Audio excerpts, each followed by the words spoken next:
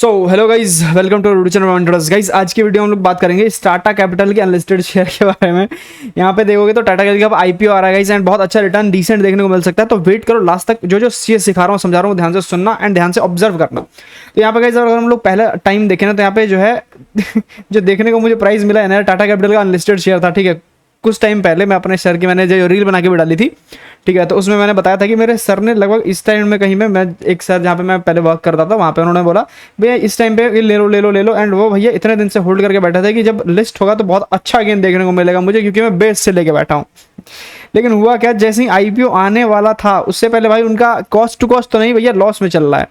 And generally भाई मुझे सोच समझ के बहुत खराब लगता है कि लोग इस तरीके से इन्वेस्टमेंट करते हैं, बिना देखे बिना समझे नाम पे इन्वेस्ट करते हैं, जो कि बहुत गलत चीज़ है। ठीक है, अब गाइस पूरे आईपीओ की अगर मैं बात करूं तो आ जाओ देखते हैं। आईपीओ जो ओपन हो रहा है गाइस वो हो रहा है आपको लगभग में 6 अक्टूबर से लेके 8 अक्टूबर तक का आईपीओ क्लोजिंग डेट है। ठीक है, टेंटेटिव अलॉटमेंट जो मिलेगा गाइस वो 9 अक्टूबर को मिलेगा। इनिशिएशन ऑफ रिफंड जो मिलेगा गाइस वो मिलेगा आपको 10 तारीख को। एंड क्रेडिट जो हो जाएगा आपका अकाउंट में शेयर्स वो हो जाएंगे 10 तारीख को। ठीक है, ये चीज़ ध्यान रखना। दूसरी चीज़, 10 रुपये का फेस वैल्यू के साथ ये गाइस आईपीओ आ रहा है। इसका अगर बात करें प्राइस इशू बैंड तो 310 से 326 पर शेयर के लगभग में इसका जो है प्राइस इशू बैंड आ रहा है। लॉट साइज 46 शेयर का लॉट साइज है गाइस। इसमें अगर हम लोग दो चीजें बात करें ध्यान से सुनना, टोटल इश्यू साइज जो है वो गाइस 15,000 करोड़ का आईपीओ आ रहा है, 15,500 करोड़ का, जिसमें से फ्रेश इशू जो है वो 6,800 करोड़ का लगभग में है। एंड जो ऑफर फॉर सेल है वो गाइस 8,600 करोड़ के लगभग में है।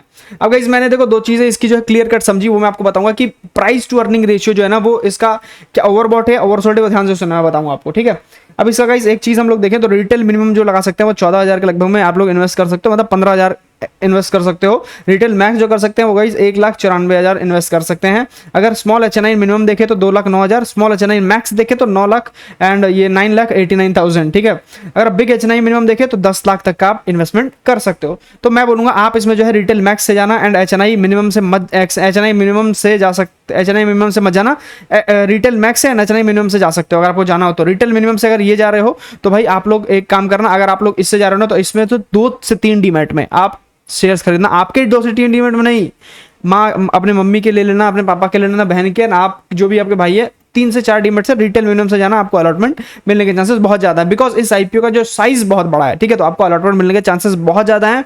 दूसरी चीज, ये आईपीओ ट्रेड कर रहा था 1,000 पे, अभी मिल रहा है 326 पे। तो गाइस कहीं ना कहीं एक डिसेंट वैल्यूएशन मिलेगा। जो लोग बहुत पहले से होल्ड कर रहे हैं तो वो लोग जान दो, वो लोग तभी निकलेंगे जब भैया उतना ऊपर जाएगा मार्केट। ये चीज ध्यान रखना, तो आप लोग को बहुत बेस्ट प्राइस पे मिलेगा। ठीक है, ये चीजें कोई नहीं बताएगा, यही बताएगा। तो भैया चैनल को जाकर सब्सक्राइब कर लेना, वीडियो को लाइक कर देना।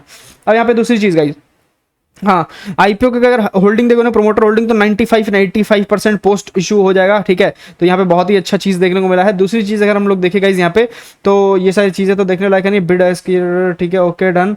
देखो मैं कोई भी चीज ना पहले से प्रिपेयर करके नहीं आता। आप लोग सोचते हैं भाई पहले से प्रिपेयर करके आते हो, भाई मैं वो नहीं हूँ।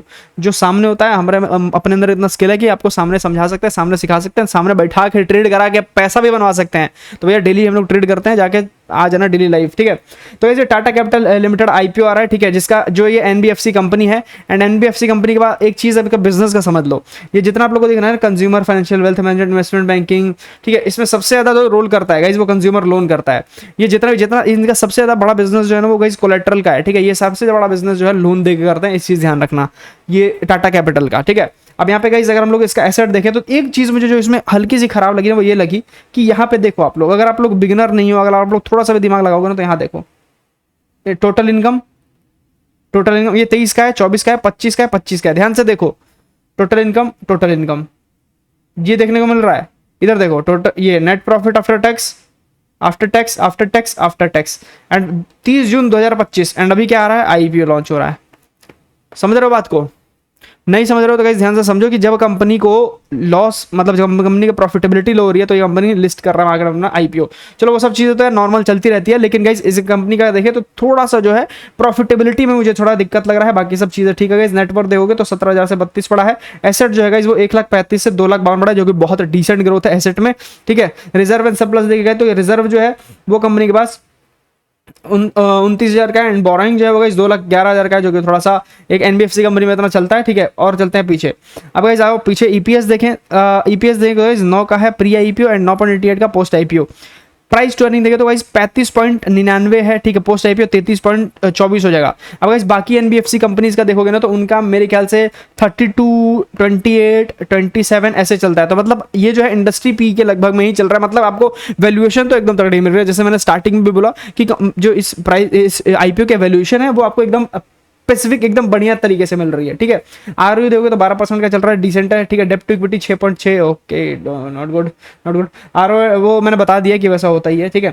अब गाइस और बात करते हैं नीचे इसके अगर चले तो गाइस क्या आईपीओ में लेना सही रहेगा या नहीं लेगा, आप लोगों को मैं एक चीज बता देता हूँ। देखो दो चीजें ध्यान रखना, जब भी ऐसी कंपनीज आती है ना जिसमें लॉस हो रहा होता है वो आईपीओ लेके आती है तो ज्यादातर चांसेस रहता है ना कि वो आपसे अमाउंट जो है वो लोगों के पास जाना चाहती है, लोगों से पैसा लेना चाहती है, ठीक है, अपने बिजनेस को ग्रो करने के लिए। इसका एसेट बहुत अच्छे से ग्रो किया है।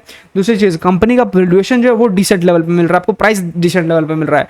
तो आप लोग इसके लिए ग्रो थ्रू कर सकते हो। एंड मैंने जैसा बताया कैसे आप लोग को अप्लाई करना है वो सारी चीजें अपनाना एंड उस तरीके से अप्लाई करो तो गाइस आप लोगों को एक डिसेंट लिस्टिंग गेन देखने को मिल सकता है।